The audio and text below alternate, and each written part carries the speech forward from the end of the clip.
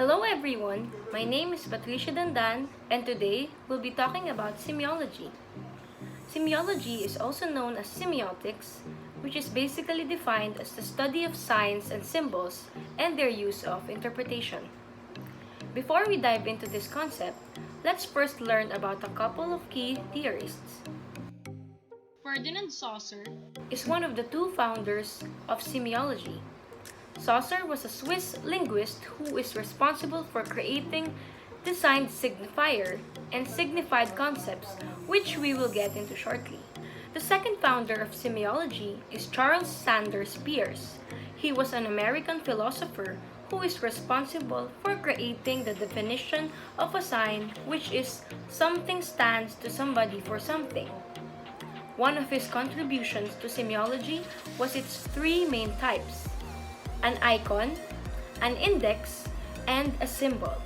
Semiology or semiotics deals with concrete examples such as physical signs or more abstract concepts such as denotation and connotation.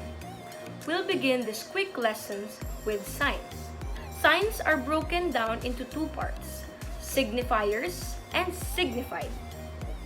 Signifier is the physical form of a sign such as sound, word, or image that create a communication. Let's go over an example together and then you can try one on your own. The first example is Black Mirror. When you look at this image, the signifier is the sound of the spoken word or string of letters. In this case, we read this as Black Mirror. Now, it's your turn. What is the physical form of this sign? What is the sound, word, or image creating communication? If you said Netflix, you're absolutely right. For some, Netflix might mean movies, chill time, hobby, or in some generations, it might mean our life lessons. The different meanings of a sign bring us to the signified. The signified is the concept that the signifier refers to. Let's go back to our original example. What concepts come to mind when you see this image? For some, it may be just a movie series.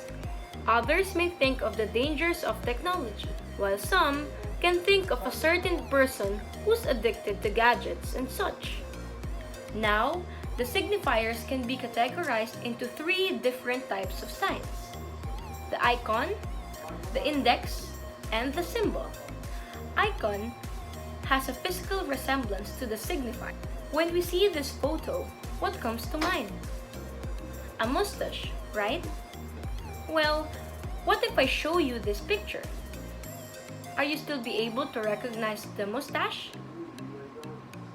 Yes, because even though it's different from the previous one, its physical resemblance let us know that it's still a mustache.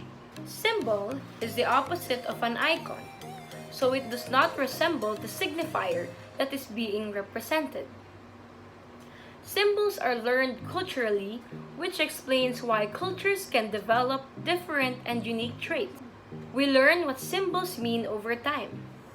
A common example of a symbol is the icon we see in bathroom doors. The male and female icons. It represents the presence of toilet facilities. Let's imagine we have never seen humans before and we're told that this is what a woman and a man look like. We wouldn't probably infer them that this woman and this man were in fact the same species. Index describes as the physical connection between a signifier and the signified.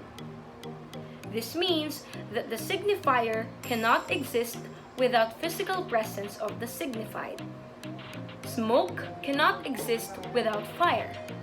With this example, the signifier is some which lead to the signified, which is the fire. If we saw a big cloud of black smoke in the distance, the concept that typically comes to mind is that it's coming from a fire. Now that we understand the basics of signs, let's now talk about denotation and connotation. Denotation is the literal meaning of a word or simply in dictionary terms. A dog is defined as the domesticated carnivorous mammal that typically has a long snout and an acute sense of smell and a barking and a howling or whining voice. Connotation represents the various social overtones, cultural implications, or emotional meanings associated with a sign. If I show a group of people this image of a dog, to one person, it may invoke a happy memory of a much-loved pet, while another person may be remembering being chased by a dog and possibly feeling scared. Last but not the least, let's discuss about the importance of media usage of signs. Example of these is Cinderella myth. Many romantic comedies or rom-com draw on this myth. A girl named Cinderella is poor or oppressed and is rescued in her miserable life from poverty with the love of a rich and handsome man. That's highlighted how the deeper meaning of fairy tales can be interpreted by the culture in which we were told. In this myth, we can infer too that the man is active while women is passive. Men are the powerful economic providers while women's role is to be sexually alluring to men. Thank you! Hopefully you understand a little more about semiotics and all its basics. Semiology is important because it can help us not to take reality for granted as something a purely objective existence which is independent of human interpretation. Feel free to go back and rewatch any parts you didn't get a good grasp on. Try to think of your own examples of signs you see around you every day. Again, my name is Patricia Dandan. Thank you for watching.